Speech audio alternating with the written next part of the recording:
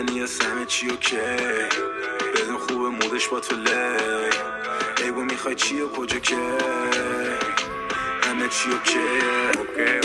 درختی داریم به اسم درخت سبستون تو مناطق گرمسیری میوه میده و رشد میکنه.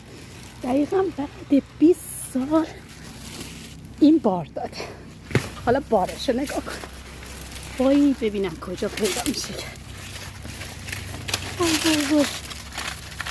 نگاه کنیم عجب چیزیه. اسمش سبستونه.